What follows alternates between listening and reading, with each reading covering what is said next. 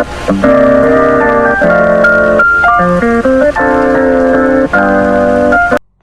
semuanya, kami dari kelompok 6 akan menjelaskan materi kami yaitu tentang ekuitas. Yang pertama yaitu pengertian ekuitas. Ekuitas dan modal sering digunakan secara bergantian karena ekuitas mengandung unsur kepemilikan atau ownership. Untuk organisasi non-profit, ekuitas disebut dengan aset bersih atau net asset untuk menghindari kesan adanya kepemilikan.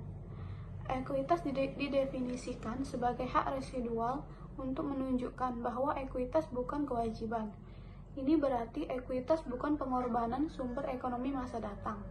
Menurut Godfrey, Hodgson, dan Holmes tahun 1997, ia membedakan ekuitas dan kewajiban atas dasar kriteria, yaitu yang pertama, hak-hak masing-masing pihak atas penyelesaian klaim itu sendiri. Yang kedua yaitu hak penggunaan aset dalam operasi, atau hak kreditor dan pemilik atau pemegang saham tersebut. Ketiga yaitu substansi ekonomi perjanjian. Kemudian ada komponen ekuitas pemegang saham. Ekuitas pemegang saham diklasifikasi atas dasar dua komponen penting yaitu modal setoran dan laba ditahan. Modal setoran dipecah menjadi modal saham sebagai modal yuridis dan modal setoran tambahan. Dan komponen lain yang merefleksi transaksi si pemiliknya, yaitu ekuitas pemegang saham, ada modal setoran, modal bentukan atau laba ditahan, dan lain-lain. Untuk modal setoran itu terbagi dua, yaitu modal yuridis dan modal setoran lain. Modal yuridis itu ada penerbitan saham baru, kapitalisasi laba ditahan, dividen saham, konversi obligasi atau saham istimewa, kemudian ada stock subscription. Kemudian ada modal setoran lain, yaitu premium modal saham, penjualan saham treasure, penyerapan defisit, deklarasi dividen likuidasi, restrukturisasi kapital, dan revaluasi aset. Kemudian ada modal bentukan atau laba ditahan, yaitu ada laba atau rugi, dividen, rekapitalisasi, defisit, koreksi, dan perubahan ekuiti dan perubahan akuntansi. Kemudian yang lain-lain yaitu komponennya terdiri atas pos-pos yang tidak tepat dimasukkan dalam komponen modal setoran lainnya, atau laba ditahan tetapi sering diklasifikasi sebagai pos ekuitas pemegang saham. Kemudian ada tujuan penyajian ekuitas. Tujuan pelaporan informasi ekuitas pemegang saham adalah menyediakan informasi kepada yang berkepentingan tentang efisiensi dan kepengurusan manajemen. Kemudian ada pembedaan modal setoran dan laba ditahan. Ekuitas pemegang saham menjadi modal setoran dan laba ditahan sebenarnya merefleksikan pembedaan atas dasar sumber. Penyajian ekuitas pemegang saham atas dasar sumber sebenarnya bersifat tradisi karena anggapan ini penyajian seperti ini akan memberi informasi tentang riwayat modal sejak berdirinya perseroan tersebut. Kemudian laba ditahan pada dasarnya terbentuk dari akumulasi laba yang dipindahkan dari akun ikhtisar laba rugi. Begitu saldo laba ditutup ke dalam laba ditahan, sebenarnya saldo laba tersebut itu telah lebur menjadi elemen modal pemegang saham yang sah. Seperti modal setoran juga, laba ditahan menunjukkan sejumlah hak atas seluruh jumlah rupiah aset, bukan hak atas jenis aset tertentu. Selanjutnya ada modal yuridis. Sebagai pasangan laba ditahan, modal setoran dibedakan menjadi modal yuridis dan modal setoran lain. Modal yuridis ini timbul karena ketentuan hukum yang mengharuskan bahwa harus ada sejumlah rupiah yang harus dipertahankan dalam rangka perlindungan terhadap pihak lain. Nah, modal yuridis sendiri itu tujuan penyajiannya untuk memberikan informasi kepada para pemegang ekuitas lainnya tentang batas perlindungan investasinya. Jadi, walaupun secara akuntansi yang menganut konsep kesatuan usaha, pemisahan ini tidak mempunyai makna ekonomik yang cukup berarti. Secara yuridis, pemisahan ini dianggap cukup penting dan harus diungkapkan dalam pelaporan keuangan ini. Kemudian, besarnya modal yuridis. Modal yuridis dapat sama dengan jumlah yang dikenal dengan nama modal saham atau capital stock. Modal saham menunjuk jumlah rupiah perkalian antara cacat saham beredar dengan nilai nominal per saham. Jumlah ini tuh merupakan jumlah rupiah yang secara yuridis menjadi hak pemegang saham walaupun dalam transaksi pembelian saham jumlah rupiah yang disetor atau dibayarkan melebihi modal yuridis tersebut. Kemudian ada modal setoran lain. Nominal saham sering dianggap bukan merupakan harga efektif saham sehingga secara akuntansi penentuan nilai nominal saham sebenarnya tidak bermakna ekonomik. Dalam hal ini, nilai nominal saham lebih merupakan alat untuk pemerataan distribusi kepemilikan daripada untuk menunjukkan nilai saham itu sendiri. Nah, selanjutnya saya akan membahas perubahan modal setoran. Tujuan utama dari perubahan modal setoran ini adalah untuk membedakan antara transaksi perubahan akibat transaksi operasi dan perubahan akibat transaksi modal. Dalam kenaikan modal setoran, pembeda ini bermanfaat untuk mencegah memperlakukan kenaikan akibat modal sebagai laba sehingga timbul kesan adanya jumlah yang tersedia untuk pembagian dividen. Nah, selanjutnya saya akan menjelaskan sumber yang akan mengubah modal setoran dan berbagai masalah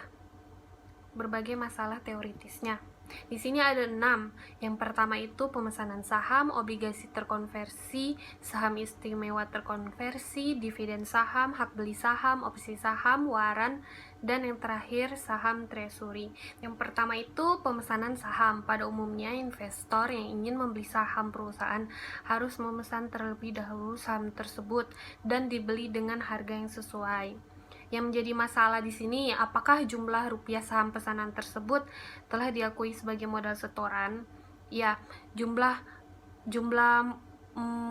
modal setoran itu dapat diakui jika memenuhi 2 syarat, yaitu yang pertama itu tidak dapat dibatalkan dan pelunasan tidak terlalu lama. Yang kedua itu adalah obligasi terkonversi. Perusahaan itu menerbitkan suatu obligasi dengan tujuan untuk dapat menukarkan obligasi tersebut ke saham biasa. Masalah di sini yaitu apakah pada saat hak diambil, berapakah jumlah rupiah yang diakui sebagai modal setoran sehingga modal saham dan kelebihan di atas modal saham dapat ditentukan. Nah, untuk mengatasi masalah tersebut terdapat basis kapitalisasi, yaitu nilai bawaan obligasi, harga pasar obligasi, dan harga pasar dari saham tersebut. Yang selanjutnya, yang ketiga, yaitu saham prioritas terkonversi. Nah, saham prioritas ini atau saham istimewa menjadi saham biasa atas kehendak pemegang saham tersebut. Masalah yang ada sama dengan masalah yang ada pada sebelumnya, yaitu saham terkonversi. Nah, di sini pada saat hak diambil, masalahnya ini pada saat hak diambil berapakah jumlah rupiah yang dapat diakui sebagai modal setoran. Nah, dalam saham prioritas terkonversi, dalam mengatasi permasalahan tersebut dapat 2 alternatif yang dapat digunakan, yaitu pertama, pendekatan 1 transaksi, dan kedua, pendekatan 2 transaksi. Nah, selanjutnya yang nomor 4 yaitu dividen saham. Dividen saham ini adalah distribusi dividen dalam bentuk saham yang sejenis dengan saham yang mula-mula diterbitkan. Nah, permasalahan yang muncul akibat pembagian dividen saham adalah bila dikapitalisasi, berapakah jumlah rupiah yang dikapitalisasi menjadi modal setoran. Nah, untuk mengatasinya, alternatif penyelesaian digunakan terdiri atas dasar nilai nominal dan atas dasar nilai per saham. Nah, di sini bila distribusi dividen saham tidak disertai dengan kapitalisasi laba ditahan, maka dividen saham akan menyerupai pemecah saham. Di sini yang dimaksud dengan pemecahan saham adalah penurunan nilai nominal perusahaan dengan cara menukar tiap satu saham yang beredar dengan 2 atau lebih saham baru yang nilai nominal per saham merupakan pecahan dari nilai nominal saham semula. Nah, selanjutnya saya akan menjelaskan karakteristik dividen saham. Di sini dari sudut pandang kesatuan usaha, dividen saham bukan merupakan pembagian laba karena tidak ada penurunan aset perusahaan atau kenaikan utang perusahaan. Dari sudut pandang kesatuan pemilik, dividen saham bukan merupakan laba bagi penerimanya. Alasannya adalah bahwa laba perseroan juga merupakan laba pemilik. Oleh karena itu, dividen kas dianggap sebagai pengambilan atau pengambilan oleh pemilik dari suatu yang memang sudah menjadi haknya, sehingga tidak ada tambahan kemakmuran.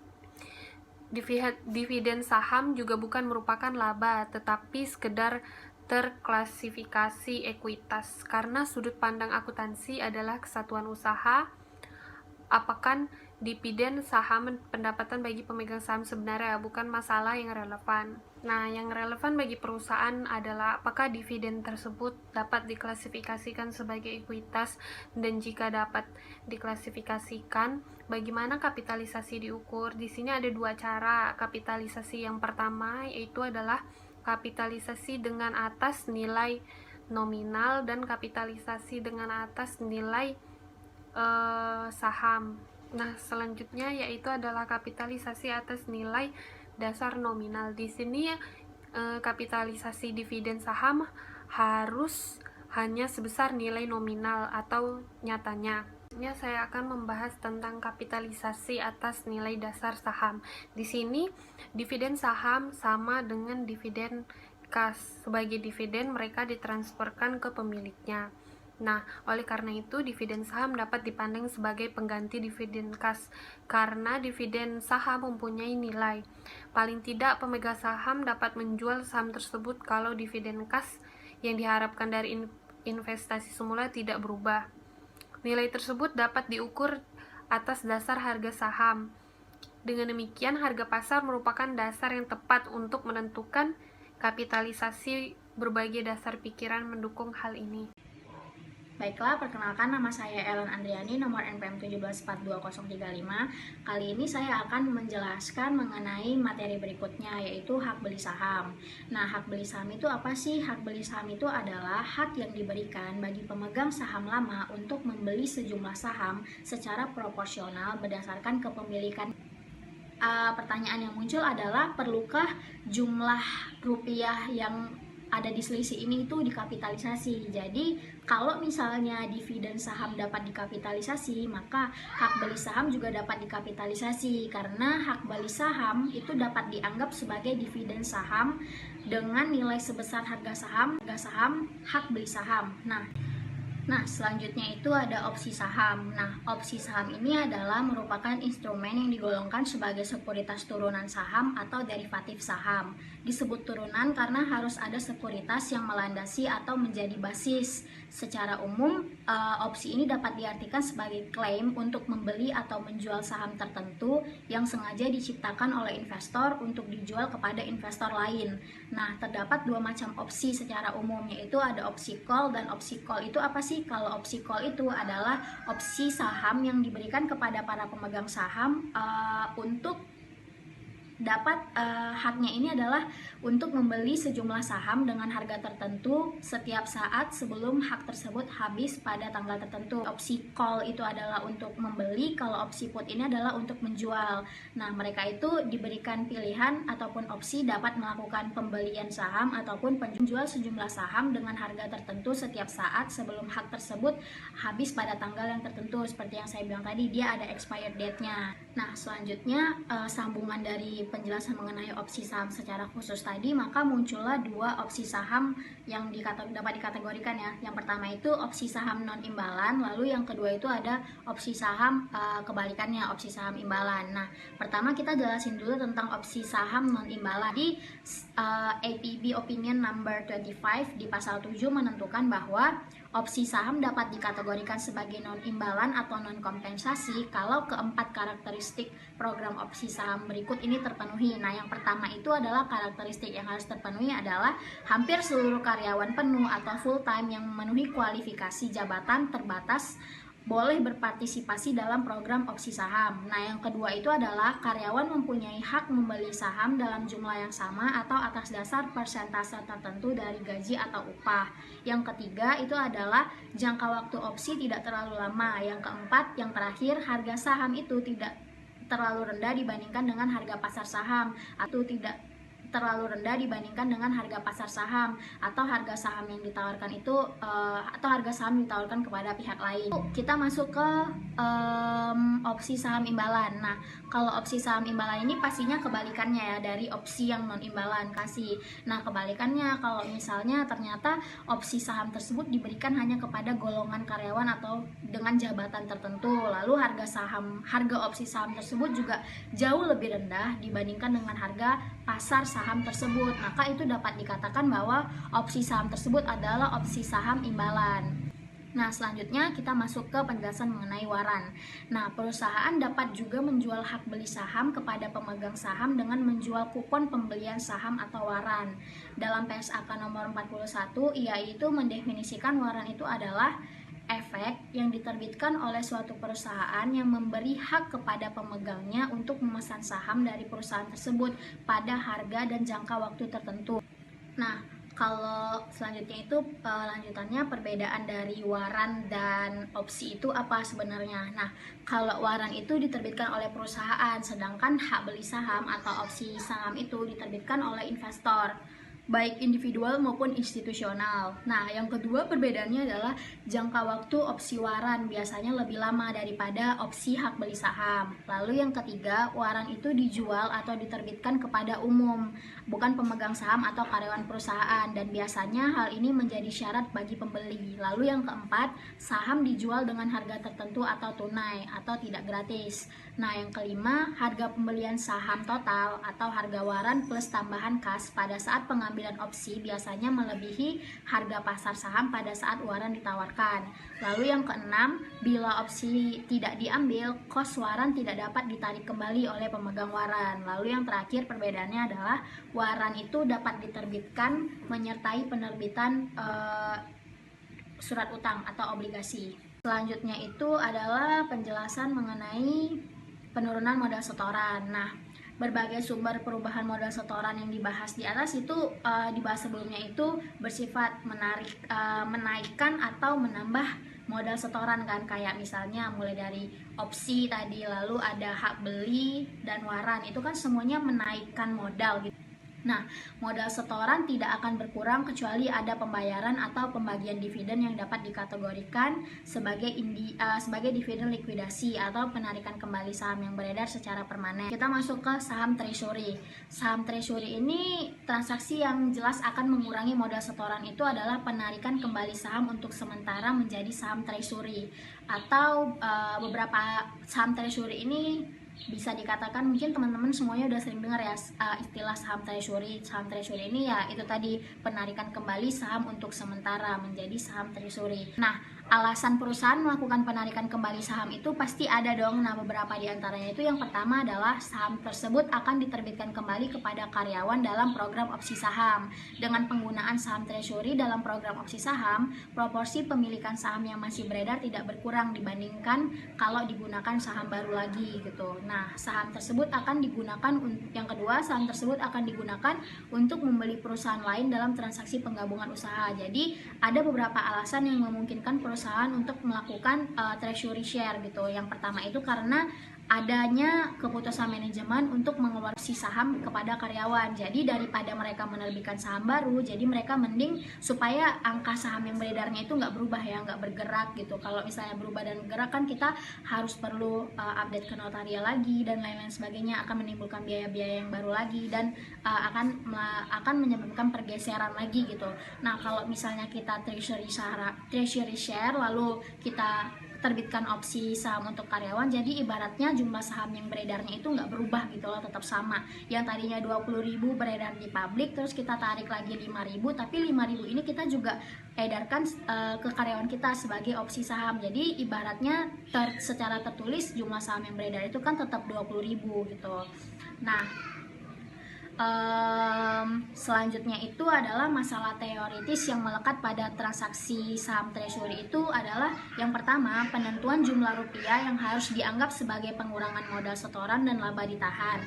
Lalu yang kedua, masalah teoritis lainnya yang muncul adalah pengungkapan pengaruhnya terhadap modal yuridis apabila saham treasury itu dijual kembali. Mengenai hal ini ada dua pendekatan atau konsep yang dapat diterapkan, yaitu konsep satu transaksi single transaction, lalu yang kedua itu ada dua transaksi atau two transaction. Nah, itu akan dijelaskan oleh teman saya berikutnya. Terima kasih. Beberapa masalah dapat timbul akibat adanya saham treasury, misalnya penentuan jumlah rupiah yang dianggap sebagai pengurang modal setoran dan laba ditahan, serta bagaimana pengungkapannya terhadap modal yuridis. Bila saham treasury dijual kembali, terdapat dua konsep yang digunakan. Yang pertama, konsep satu transaksi. Konsep ini disebut dengan metode cost karena jumlah rupiah total yang dibayarkan dianggap seakan-akan merupakan kos pembelian saham treasury. Apabila saham treasury tidak segera dijual, maka kos pembelian tersebut tidak dapat dianggap sebagai aset, tetapi akan diklasifikasikan sebagai pengurang ekuitas pemegang saham secara keseluruhan. Yang kedua yaitu konsep dua transaksi. Bahwa perolehan kembali saham sebagai saham treasury dianggap sebagai likuidasi ekuitas pemegang saham, sedangkan penjualan kembali saham dianggap sebagai penerbitan saham baru. Selanjutnya, perubahan laba ditahan. Terdapat beberapa hal lain yang dapat menyebabkan laba ditahan dalam suatu periode berubah selain karena transaksi modal, tetapi karena transaksi khusus, yaitu yang pertama, penyesuaian periode lalu. Penyesuaian periode lalu adalah perlakuan terhadap suatu jumlah rupiah yang mempengaruhi operasi periode masa lalu, bukan sebagai pengurang atau penambah perhitungan laba tahun sekarang, tetapi sebagai penyesuaian terhadap laba ditahan awal periode. Perlakuan semacam ini dimaksudkan untuk menjadikan laba ditahan awal periode sekarang menunjukkan saldo semestinya seandainya jumlah rupiah tersebut telah diakui dalam periode yang lalu. Yang kedua, koreksi kesalahan. Sistem akuntansi biasanya sudah dirancang dengan cukup cermat sehingga kesalahan dalam pencatatan akan segera dapat dideteksi sehingga dapat dilakukan koreksi. Dalam hal tersebut, kesalahan dapat segera diketahui dan baru ketahuan beberapa waktu atau bahkan beberapa periode setelah statement keuangan disusun atau diterbitkan. Jadi, untuk dapat disebut kesalahan, suatu jumlah rupiah harus berasal dari kesalahan hitung, kesalahan aplikasi, dan penerapan prinsip akuntansi atau kehilafan atau kekeliruan penggunaan fakta yang tersedia dalam penyusunan laporan keuangan. Selanjutnya, koreksi penyesuaian laba ditahan. Kesalahan dalam laporan keuangan periode sebelumnya harus diperlakukan sebagai penyesuaian periode lalu. Laba ditahan awal periode berjalan disesuaikan dengan jumlah rupiah pengaruh kumulatif kesalahan perhitungan laba periode-periode sebelumnya. Jika laporan komparatif disajikan, pengaruh retroaktif kesalahan harus ditunjukkan dalam laporan keuangan periode-periode yang terpengaruh.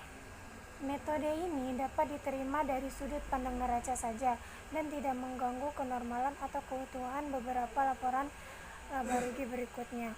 Dari lain pihak, prosedur ini tidak layak karena riwayat laba yang telah dilaporkan menjadi tidak lengkap dan besar kemungkinan angka laba dapat menyesatkan. Pengaruh koreksi dapat ditunjukkan dalam laporan laba rugi komprehensif sebagai penambah atau pengurang angka laba bersih, atau angka manapun yang akhirnya akan ditambahkan atau dikurangkan terhadap laba ditahan. Letak yang tepat penyesuaian koreksi tidaklah merupakan kesalahan yang penting, asalkan ada pengungkapan yang jelas tentang hal tersebut dalam laporan laba rugi. Tentu saja tidak dikehendaki untuk memasukkan pengaruh koreksi dalam klasifikasi pendapatan operasi atau biaya operasi berjalan atau periode sekarang. Karena jumlah rupiah koreksi berkaitan dengan perhitungan laba dalam periode-periode sebelumnya, kemampuan menghasilkan laba jangka panjang adalah informasi yang sangat penting bagi investor. Dengan demikian, akan sangat membantu dalam hal ini untuk memasukkan dalam laporan laba rugi tahunan. Tidak hanya pengukur hasil laba, periode berjalan setepat-tepatnya juga mengukur koreksi laporan laba rugi terdahulu secara valid. Selanjutnya, koreksi sebagai penyesuaian modal setoran lain. Koreksi yang berkaitan dengan penggunaan aset dalam periode-periode yang lalu dengan alasan apapun hendaknya dipisahkan dengan premium modal di saham. Premium modal saham adalah komponen modal setoran atau pemisah antara modal setoran dan modal operasi atau laba harus tetap dipertahankan. Maka tidaklah tepat untuk menggunakan modal setoran untuk menyerap koreksi atas laba yang telah dilaporkan. sangatlah tidak tepat memperlakukan koreksi dengan cara menggabungkan semua penyesuaian dalam laporan keuangan laba ditahan dan terpisah dengan laporan laba rugi. Selanjutnya, koreksi sebagai komponen laba rugi. Salah satu alasan yang dikemukakan oleh beberapa ahli mengenai perlakuan ini adalah bahwa laporan laba rugi kumulatif yang didasarkan atas laporan-laporan terdahulu harus menunjukkan laba atau rugi komprehensif sepanjang riwayat perusahaan sampai tanggal sekarang.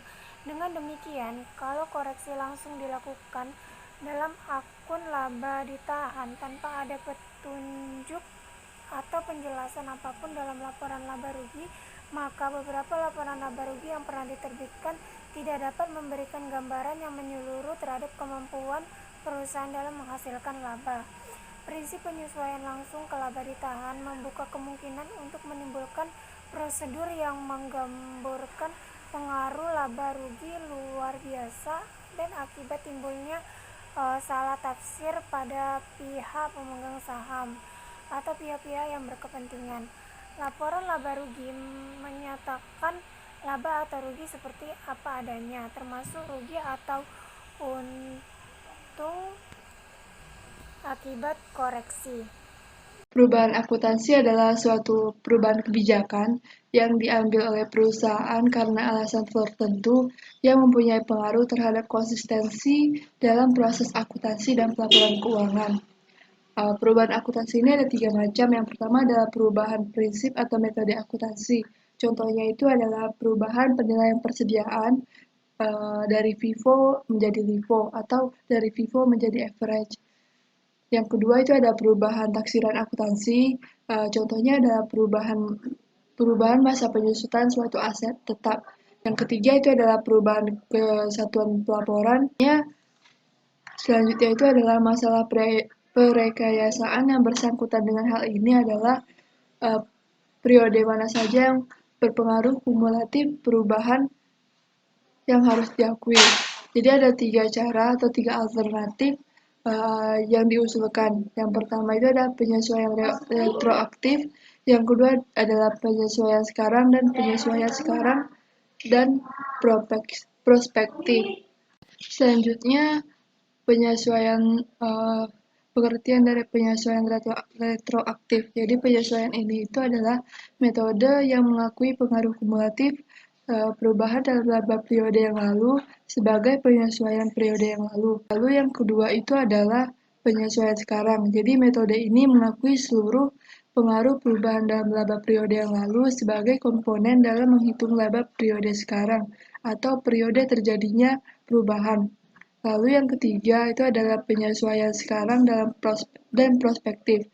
Metode ini itu menyebar pengaruh kumulatif perubahan dalam laba periode yang lalu ke periode yang sekarang dan beberapa periode mendatang yang sesuai. Selanjutnya aplikasi dalam standar, karena setiap metode di atas itu mempunyai kelebihan dan kelemahannya masing-masing, sehingga ketentuan umum yang digariskan dalam standar pada umumnya merupakan kompromi dari ketiga perlakuan di atas, bergantung pada sifat dan jenis perubahan akuntansinya. Jadi beberapa perilaku atau beberapa perubahan akuntansi mengikuti perlakuan tertentu dan beberapa perubahan lain mengikuti perlakuan yang lain. Berikut ini adalah pedoman umum yang diberikan dalam APB nomor 20 untuk memperlakukan berbagai perubahan akuntansi. Jadi yang pertama itu adalah perubahan prinsip atau metode akuntansi. Selanjutnya adalah laba sebelum pos-pos luar biasa dan laba bersih, termasuk EPS, yang dihitung secara proforma atau dasar metode harus ditunjukkan dalam statement laba rugi untuk periode-periode yang disajikan seakan-akan prinsip baru telah diterapkan untuk periode-periode tersebut. Selanjutnya itu adalah perubahan taksiran akuntansi. Perubahan ini dapat terjadi sebagai akibat ditemukannya fakta baru atau informasi baru atau akibat pengalaman tambahan yang diperoleh perusahaan bersangkutan dengan taksiran tertentu. Yang ketiga adalah perubahan kesatuan atau subjek pelaporan. Perubahan entitas pelaporan berarti perubahan organisasi atau lingkup kesatuan usaha yang dilaporkan dalam statement keuangan. APB membatasi perubahan entitas pelaporan pada hal-hal sebagai berikut. Yang pertama, penyajian statement keuangan konsolidasi atau gabungan sebagai ganti statement perusahaan secara individual. Yang kedua adalah perubahan grup perusahaan anak yang dimasukkan dalam statement keuangan konsolidasi. Yang ketiga adalah perubahan grup perusahaan-perusahaan yang membentuk statement keuangan gabungan. Termasuk pula sebagai perubahan entitas adalah kombinasi bisnis yang dipertanggungjawabkan dengan metode penyatuan kepentingan atau pooling of industry. Selanjutnya adalah kuasi reorganisasi. Kuasi reorganisasi biasa dilakukan dalam hal terjadinya suatu defisit. PSAK nomor 51 pasal 9 mendeskripsi kuasi reorganisasi sebagai berikut. Jadi kuasi reorganisasi ini adalah reorganisasi tanpa melakukan reorganisasi secara hukum yang dilakukan dengan menilai kembali akun-akun aktiva dan kewajiban pada nilai wajar dan mengeliminasi saldo defisit. Proses kuasi reorganisasi biasanya langkah-langkah berikut. Yang pertama, aset dan kewajiban perusahaan dinilai kembali atas dasar nilai pasar atau nilai wajar pada saat reorganisasi. Yang kedua itu adalah modal setoran lain atau agio saham atau paid in capital in excess of par harus ditentukan jumlahnya sehingga cukup besar untuk menutup defisit. Yang selanjutnya yang ketiga adalah saldo debit laba ditahan atau defisit dieliminasi dengan cara mendebit agio atau premium modal saham. Selanjutnya, oleh karena itu Dewan Standar Akuntansi itu menetapkan syarat-syarat perusahaan yang dapat melakukan kuasi reorganisasi, yaitu berdasarkan PSAK nomor 51 pasal 11. Yang pertama adalah perusahaan mengalami defisit dalam jumlah yang material. Yang kedua, perusahaan harus memiliki status kelancaran usaha dan memiliki prospek yang baik pada saat kuasi reorganisasi dilakukan. Yang ketiga itu adalah perusahaan tidak sedang menghadapi permohonan kepailitan. Yang keempat, tidak bertentangan dengan peraturan perundangan yang berlaku. Yang kelima, saldo ekuitas sesudah kuasi reorganisasi harus. Selanjutnya itu adalah pengaruh defisit terhadap kreditor. Jadi setiap defisit akan mengurangi batas perlindungan atau margin of protection yang sebelumnya dinikmati oleh kreditor perseroan. Dan tingkat pengurangan ini akan menjadi makin berpengaruh jika defisit semakin besar. Yang arti pentingnya itu proses kuasi reorganisasi akan sangat berpengaruh terhadap kreditor bila mana ada petunjuk bahwa defisit secara berangsur-angsur menjadikan jaminan penyangga bagi kreditor. Yang jelas, kuasi reorganisasi tidak akan dilakukan kalau laba ditahan masih dapat menyerap defisit. Bila kuasi reorganisasi dilakukan padahal masih terdapat laba ditahan, padahal sebenarnya aset tersebut merupakan jaminan bagi kreditor untuk pinjaman yang ditanamkan. Dengan kata lain, perusahaan mengumumkan dividen dengan membebankannya terhadap modal pemegang saham yang menjadi batas perlindungan kreditor. Pertama ada penyajian modal pemegang saham, yaitu urutan penyajian kewajiban dan modal pemegang saham di dalam neraca yang sebenar-benarnya, dan ini merupakan bentuk perlindungan dalam kondisi perusahaan yang mengalami defisit baik yang mengalami likuidasi. Oke. Jadi ini tuh dilanjutkan dengan urutan penyerapan rugi. Secara umum, kos yang telah dikorbankan atau expire itu menjadi biaya yang akan diserap melalui aliran pendapatan kotor. Di dalam urutan penyerapan rugi ini tuh kurang lebih ada 5 urutannya. Yang pertama, pendapatan kotor. Ini menyerap semua biaya yang rugi dan debit dan beban juga yang berasal dari transaksi non pemilik. Kemudian laba bersih, yaitu terjadi apabila pendapatan kotor tidak cukup untuk menutup semua kos, baik yang berasal dari konsumsi manfaat maupun dari hilangnya manfaat, misalnya rugi luar biasa. Bila digunakan dalam pendekatan laba komprehensif, nanti laba komprehensif ada dibahas. Nah, laba bersih akan menjadi laba komprehensif. Kemudian ada yang ketiga, ada laba ditahan. Hal ini hanya akan terjadi apabila laba bersih dan periode berjalan tidak cukup untuk menutupi atau menyerap suatu rugi tertentu. Contohnya rugi luar biasa tadi. Kemudian yang keempat ada premium modal saham. Bagian modal ini baru dapat menyerap rugi kalau laba ditahan dan laba yang lain telah habis untuk menyangga suatu rugi. Dengan kata lain, modalnya ini tuh harus tetap dijaga keutuhannya sampai premium modal benar-benar telah habis. Yang terakhir itu ada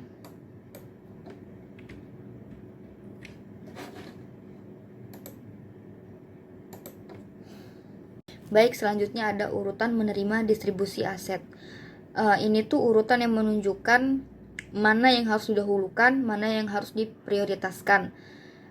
Di sini siapa yang harus bertanggung jawab dan siapa yang akan menanggung segala sebab akibat dalam perusahaan yang dilikuidasi. Dalam sini ada 5 yang dikemukakan. Yang pertama itu karyawan dan pemerintah. Karyawan sebagai kreditor yang memiliki hak dan pemerintah sebagai hak atas pajak terhutang. Kemudian ada kreditur berjamin, yaitu pemegang obligasi atau sahamnya itu haknya dijamin dengan hak sita atas aset tertentu. Kemudian ada kreditor tak berjamin. Kebalikannya, pihak ini terdiri dari kreditor yang tidak dijamin atau tidak terefleksi dalam utang usaha atau utang wesel baik jangka panjang maupun jangka pendek. Kemudian yang keempat ada pemegang saham prioritas. Pihak ini dilindungi oleh laba ditahan sebagai penyangga modal saham, penyangga modal saham.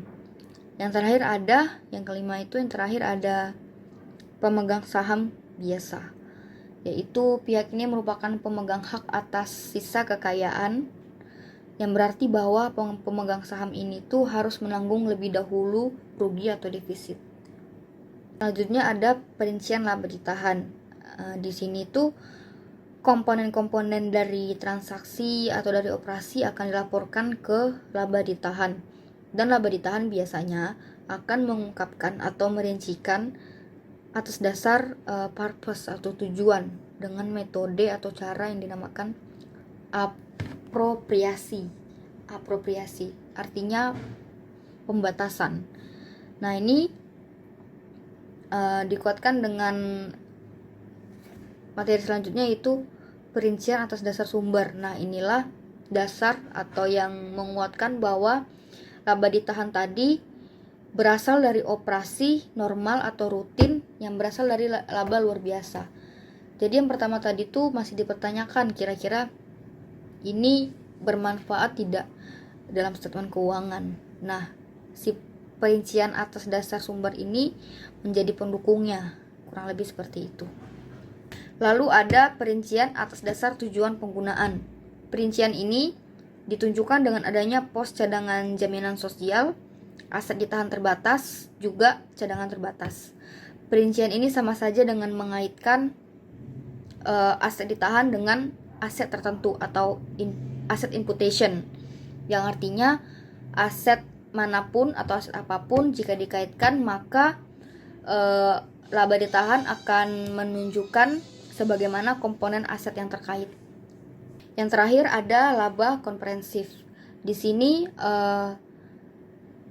perubahan transaksi akibat operasi atau transaksi non pemilik harus dipisahkan atau dibedakan secara tegas dengan transaksi pemilik. Nah, semua perubahan akibat transaksi operasi akan dilaporkan dalam statement laba rugi. Dalam statement laba rugi di sini dibagi menjadi 2. Yang pertama, kinerja sekarang atau normal, current, dan kinerja semua atau surplus bersih, merangkup semuanya. Sekian. Yang terakhir, yang kelima ada modal saham, yaitu bila keutuhan modal telah terpengaruh oleh substansial, kebijakan untuk melakukan kuansi reorganisasi sebaiknya bisa dilakukan atau perlu dilakukan di sini. Nah, urutan penyerapan rugi ini semua tadi sebenarnya merupakan asumsi atau tradisi dari dulu semata-mata, walaupun hal tersebut dikuatkan dalam bentuk standar akuntansi. Saya akan melanjutkan dari slide sebelumnya. Nama saya Lasma Krisna Monika Sari Sirait, 17/2/207. Laba kinerja sekarang. Pendekatan ini hanya memasukkan statement laba rugi periode sekarang atau periode yang sedang berjalan dan penggunaan aset sebagai tujuan utama. Pendekatan pendukungan berargumen sebagai berikut. Yang pertama, laba harus mengukur secara efisiensi penggunaan sumber ekonomi untuk periode yang berjalan, sehingga laba bebas dari hal-hal penghamburan efisiensi. Efisiensi harus diukur atas dasar kembalian atas aset atau return on asset, dan laba mengukur kinerja manajemen. Laba transaksi semua. Laba transaksi semua yaitu pendekatan ini menekan secara jelas pemisahan transaksi operasi secara luas maupun secara modal. Dalam artinya itu diperhitungkan secara laba dan disajikan sebagai statement laba rugi adalah semua pos akibat dari semua transaksi non kepemilikan. Alasan mendasar konsep ini memandang bahwasannya manajemen pengelola aset adalah satu kesatuan, di mana pemanfaatannya itu tidak bisa dipisahkan antara aset keuangan maupun aset tetap, yang dimana mempunyai pengaruh sama terhadap laba. Lawan dari aset tetap adalah konsep aset kapital. Nah, dimana konsep aset kapital ini terbagi menjadi dua, konsep aset kapital tetap dan konsep kapital antara lain yang dimana mempengaruhi transaksi aset kapital itu. Konsep pemanfaatan aset. Konsep pemanfaatan aset ini yaitu pemisahan antara normal dan tidak normal dalam dua statement yang dimana cenderung mengalihkan perhatian si pembaca yang tidak semestinya normal, dan dengan demikian tidak sadar untuk mengurangi rasa perhatiannya si pembaca itu. Nah, misalnya ini laba normal. Nah, dalam laporan manajemen ini laba itu bisa dibilang sangat memuaskan nih. Nah, tapi hasilnya itu tidak. Jadi sehingga dalam laporan memuaskan itu si pembaca itu tuh menganggap itu tuh puas, padahal itu adalah suatu hal yang harus diperhatikan. Konsep aset kapital. Konsep aset kapital yaitu dimana konsep ini tuh atas dasar penjualan atau pemberhentian suatu benda, yang dimana membuat aset ini tuh menciptakan laba sehingga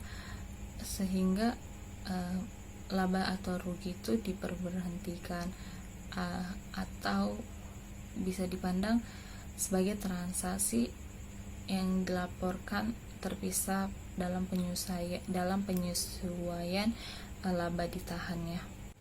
Ekuitas rangkumannya adalah ekuitas pemegang saham dibagi menjadi dua konsep, yaitu modal saham dan laba ditahan. Modal saham yaitu kontrak yudisium yang dimana keutuhannya itu harus tetap dijaga, dan laba ditahan yaitu modalnya yang tercipta atau terhimpun karena adanya pemanfaatan sebuah aset.